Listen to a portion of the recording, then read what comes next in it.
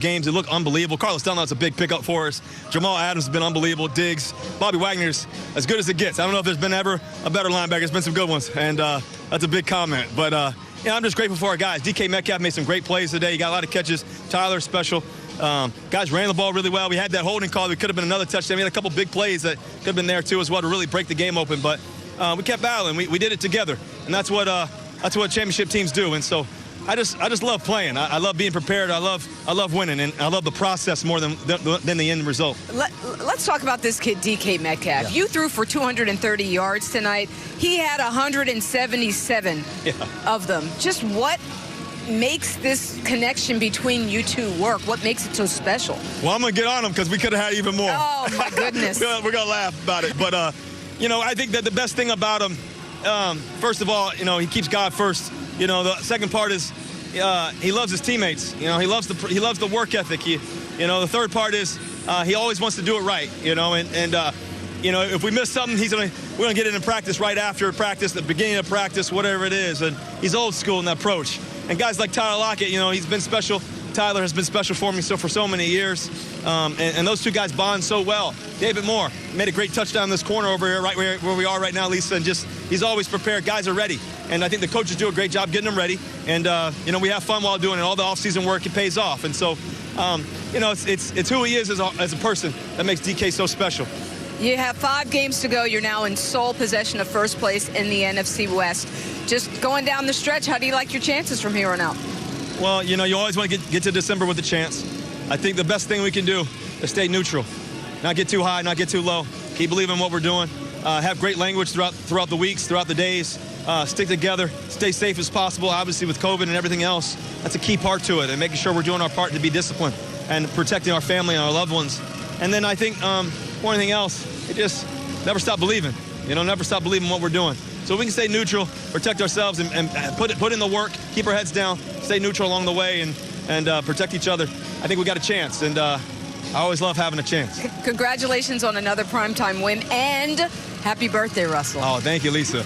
I'm getting younger. 32 looks good on you. Okay. I love you. I love you, family. I love you guys. See you, family. See you. Future win. Sienna, love you guys. I'm coming home. Go Hawks, baby. Yeah, no doubt. 18-23. Seahawks, meantime, moved to number 2 in the NFC playoff race. You look at Russell Wilson's numbers. Solid night. Not anything's going to jump off the papers for you, but 230 yards and a touch to lead the way. Chris Carson pretty solid in his return. Again, as the Seahawks keep things rolling. We welcome you back out to the set, Kyle with the guys. And JJ, we'll start with you first. Your impressions of this Seahawks win on the road tonight. Well, it's always hard to get a win no matter where you're going to go play at, man. It's the NFL. It's hard to win ball games. But this Seattle Seahawks Hawks offense, they started off hot. Everybody was yelling Russ for MVP, let Russ cook. Nobody could slow this team down. And it just feels like since that Cardinals loss on the road when they had that good game on offense, this offense has just been – they just haven't been clicking, man. They haven't been on the same page. They haven't really been explosive. And, yeah, they make a couple of these plays every now and then, but the let Russ cook really hasn't been there. And you played against a wounded Eagles team tonight who the defense was on the field a lot, and you only scored 23 points, and it might not, and it probably shouldn't have even been that. This Eagles defense was out there battling. So I just got some questions for this Seattle team, man, because they have hopes to go win this whole thing. And if they don't get this thing back cooking on the offensive side of the ball, it's going to be an early exit for them in the playoffs.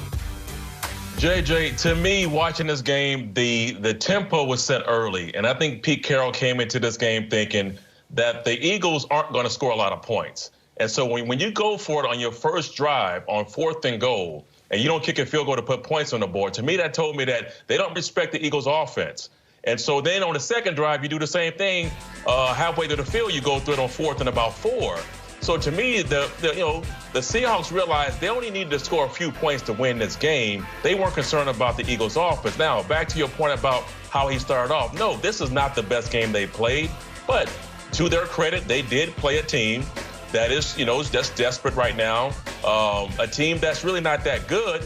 But we all know on this level, all teams are capable of beating you. And so the Seahawks did just enough to win this game.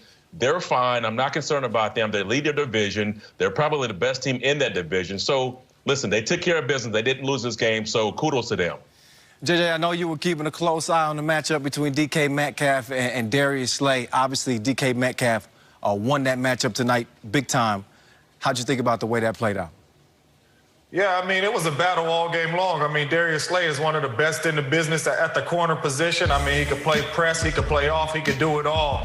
But listen, when you're on the field that long and you're going up against this monster right here, DK Metcalf, and he's getting his targets, he's getting his shots, this is a hard matchup for you.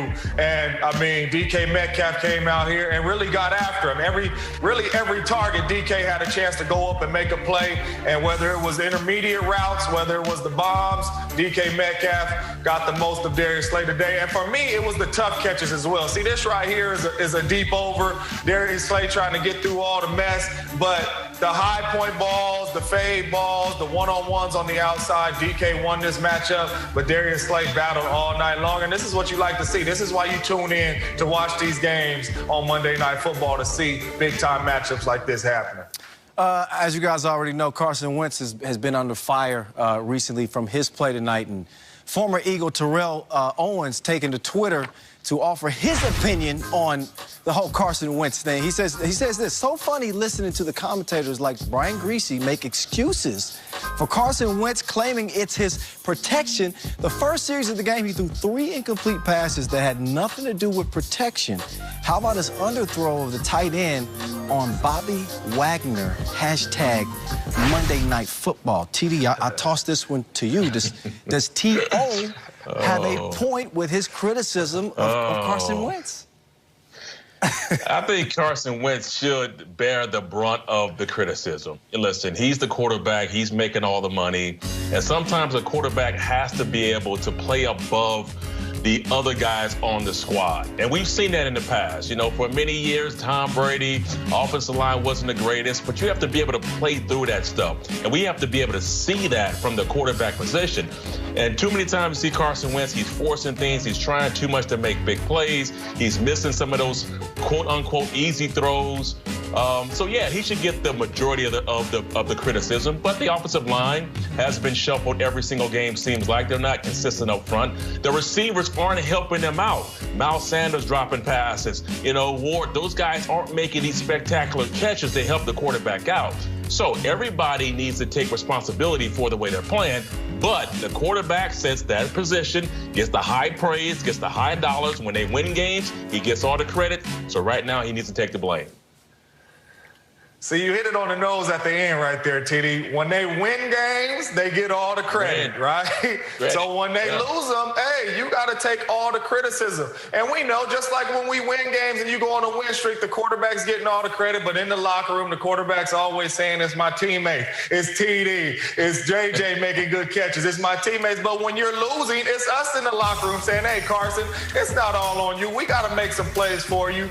But T.O. is right. When you drop back, and you're supposed to be this $100 million quarterback, and you drop back and you have clean pocket, what a superstar quarterback is supposed to do. And if you give him $100 million, you believe that he is that superstar quarterback. When you have clean pockets, no matter who's out there, the quarterback is supposed to make his receivers, O-line, and everybody better. That's a franchise quarterback. That's a $100 million quarterback, and we're not seeing Carson Wentz do that. And I think that's why he's getting so much of the heavy criticism, because he's not making the guys around him better. And when you look at the Aaron Rodgers, or you looked at the Tom Brady's in his career, they made everybody around them better. And Carson is not doing that, and that's why he's getting all the criticism from everybody around the league. He had 30 yards passing for Carson Wentz in the first half. And while he struggled, Danger Russ got back to cooking. No interceptions, 230 yards for him. Here he is with Lisa Salters just